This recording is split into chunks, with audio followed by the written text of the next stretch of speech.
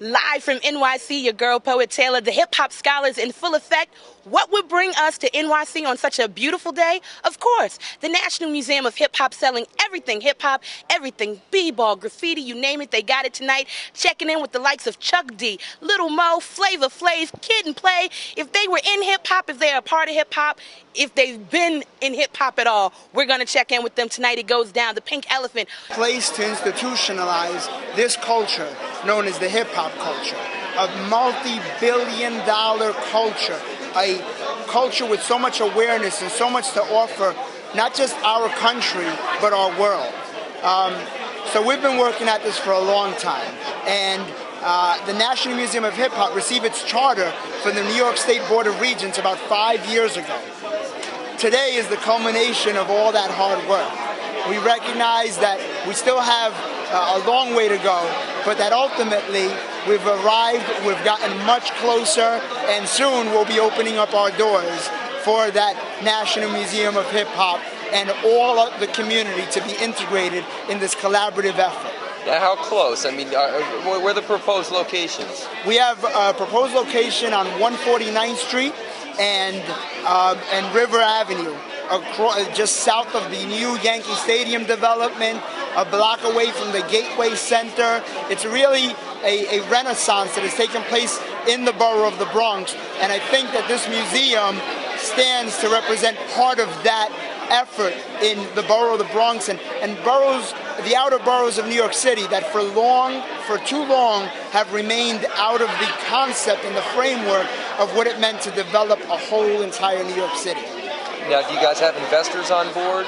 Yes, we do. We have a number of them. I'm not going to get into who they are right now, but with all the people that we have here supporting this event, there's over 400 people in attendance and still people outside. We think that we're going to have a tremendous amount of support. And what's great about it is that we know that it starts from the ground up.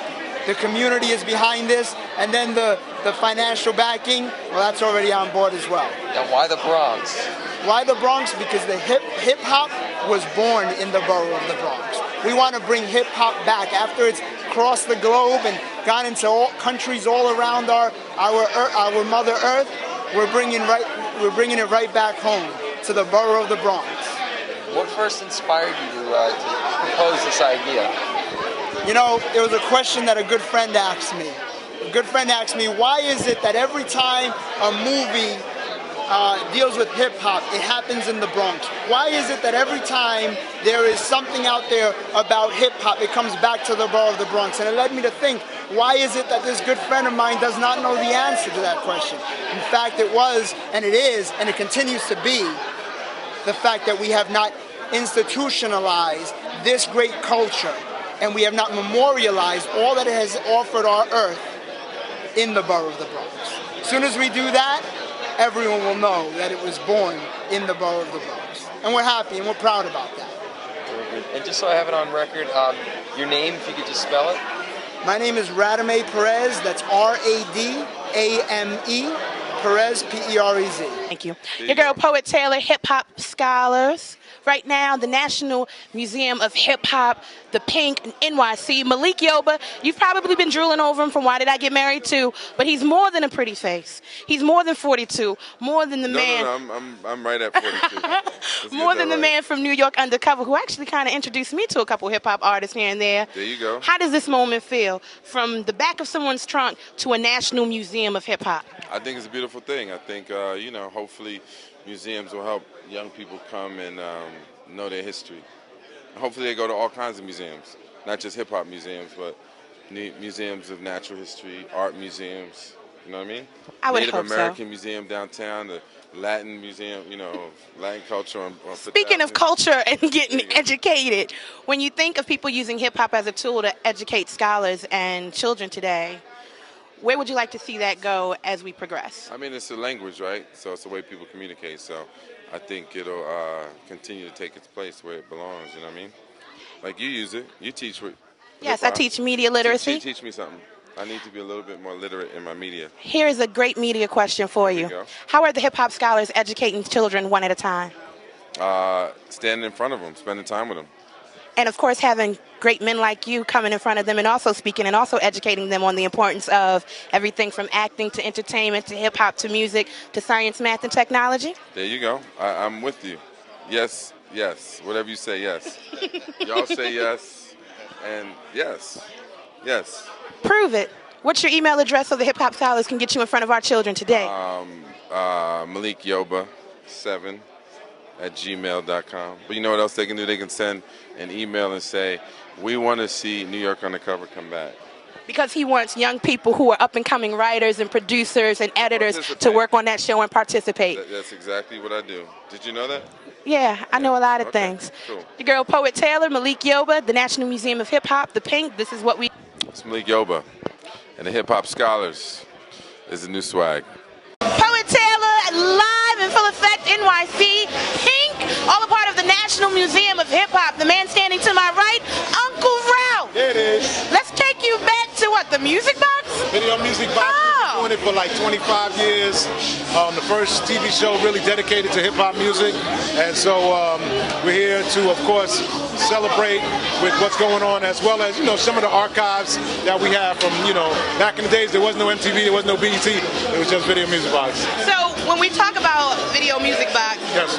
how do you feel about what BET and, MTV kind of shows now, which is their version of music television? I mean, it is what it is, man. As the music becomes bigger and, more popular, you're going to have different variations of what this is all about. I think that's why it's important to have a museum. It's important that you have the pioneers, the original pioneers, as part of some type of council so that people remember that it was all about, love, unity, and having fun. And, we used to do it out in the park. That's what it was all about. All right, so I'm asking everybody the question of the night. What is your best hip-hop memory, concert-wise? Because I've been getting some good concert lineups now. I mean, I probably have to say the first time I saw Eric B. and Rakim. Really? And it was probably at some center uptown in Harlem, some drug dealers had, and they got Eric B. and Rakim to come up there, and we was happy to get in there, and it was crazy. First hip-hop record ever bought? Wow.